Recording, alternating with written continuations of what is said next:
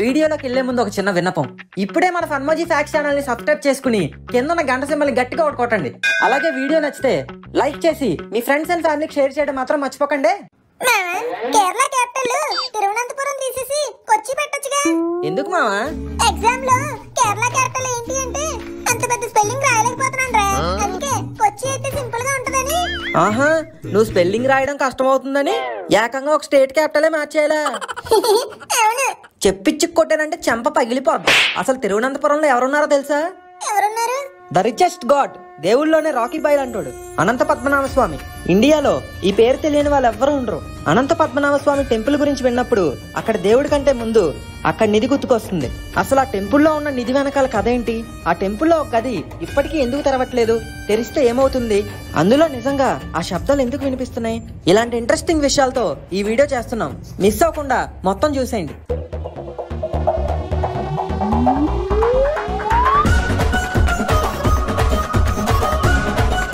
పద్మనాభ స్వామి గురించి తెలుసుకోవడం అంటే మన ఇండియా, అందులోనూ మన సౌత్ ఇండియన్ చరిత్ర అయిన ద్రవిడ సంస్కృతి వైభవం గురించి తెలుసుకోవడం.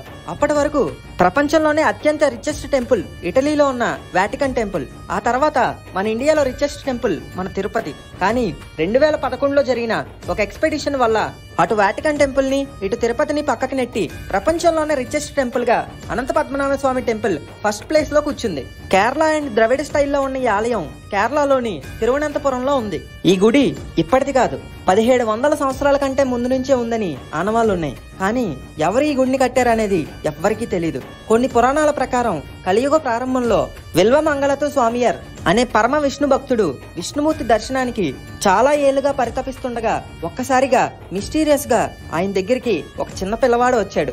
స్వామియారికి ఆ పిల్లవాడు బాగా నచ్చి అతనితో ఉండమని అడిగాడు. అప్పుడు ఆ పిల్లవాడు, నేను నీతో ఉంటా, కానీ నువ్వు నా మీద చిరాకు పడిన రోజు నేను వెళ్ళిపోతాను అని అన్నాడు. స్వామియార్ దానికి ఒప్పుకున్నాడు. ఆ పిల్లవాడు చాలా అల్లరి చేసినా కూడా తను ఇచ్చిన మాట కట్టుబడి స్వామియార్ ఏమీ అనేవాడు కాదు. కానీ ఒకసారి ఆ పిల్లోడు స్వామియార్ విష్ణు పూజలో ఉండగా చాలా డిస్టర్బ్ చేయడంతో స్వామియార్ ఆ పిల్లవాడిని కొట్టడానికి అతను వెంటపడ్డాడు. అంతే, ఆ పిల్లవాడు పరిగెత్తుకుంటూ వెళ్లి ఒక్కసారిగా స్వామియార్ చూస్తుండగా అతని కళ్ళ ముందే మాయమైపోయాడు. దాంతో ఆ పిల్లవాడు సామాన్యుడు కాదని స్వామియారికి అర్థమయ్యి బోరుని ఏడుస్తూ మన్నించమని ప్రార్థిస్తూ ఒక్కసారి తనకి దర్శనమివ్వమని అడిగాడు. అప్పుడు అతనికి ఒక వాయిస్ వినిపించింది, నన్ను చూడాలి అంటే అనంతవనంకు రా అని.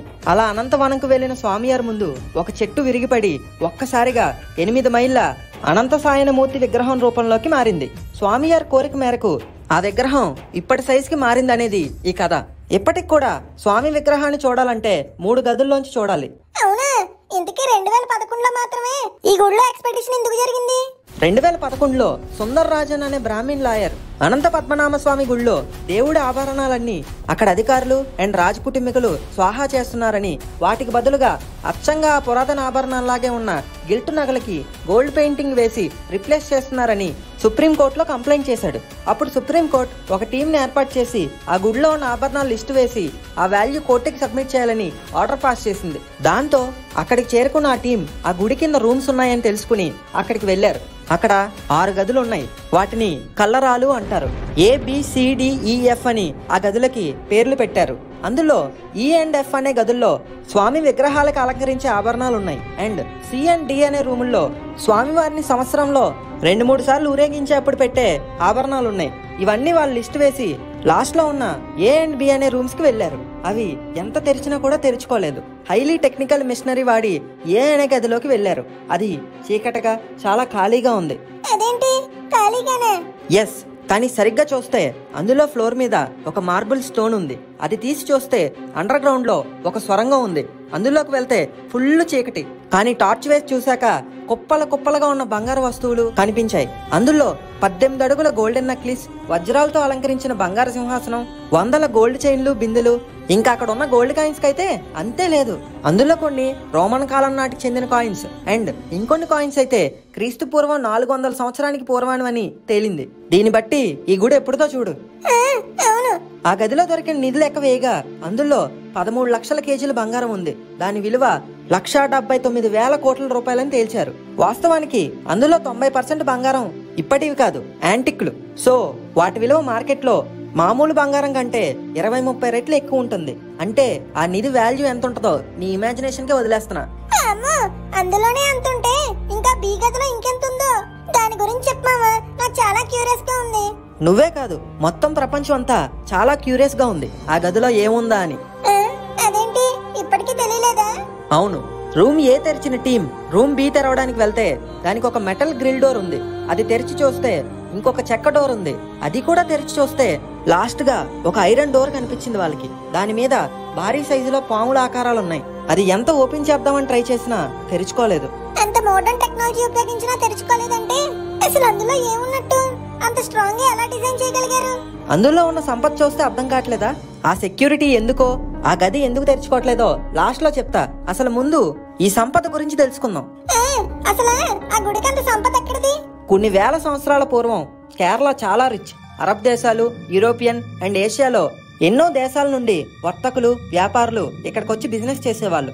వాళ్ళ నుండి అప్పటి కేరళ కింగ్స్ తీసుకున్న ట్యాక్సెస్ అండ్ కానుకలన్నీ దేవుళ్ళకే సమర్పించేవాళ్ళు. అది కాకుండా చోళరాజులు, కృష్ణదేవరాయలు, పాండ్యులు ఇలా ఎంతో మంది రాజవంశికులు అనంత పద్మనాభుడికి చాలా కానుకలు ఇచ్చారు. ఇవన్నీ దేవుడు ఆస్తి అని భావించి ఎవ్వరూ ముట్టుకునేవారు కాదు. తర్వాత కాలాన్ని బట్టి ఎందరు రాజులు మారినా ఆ దేవుడి సంపదను మాత్రం ముట్టుకునేవారు కాదు. అందుకే కేరళని గాడ్స్ ఓన్ కంట్రీ అని అంటారు. కానీ 13, 14 సెంచరీస్ లో మొఘళ్ళు మన ఇండియాలో దండయాత్రలు మొదలు పెట్టాక కేరళ రాజుకి భయం మొదలైంది. వాళ్ళు హిందూ గుళ్ళని కూల్చి ఆ సంపదను దోచుకుంటూ వస్తున్నారు.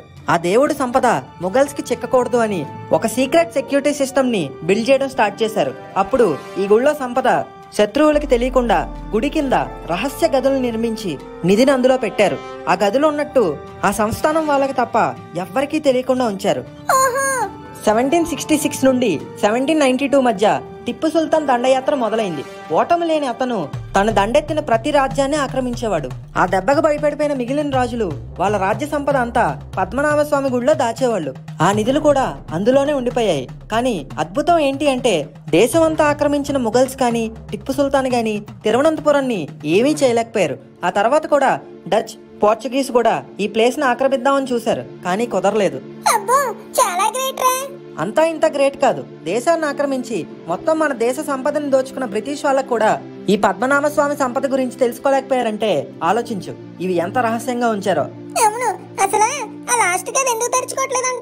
ఇందాక ఆ గది డోర్స్ మీద భారీ సైజ్ పాము ఆకారాలు ఉన్నాయని చెప్పాను, గుర్తుందా?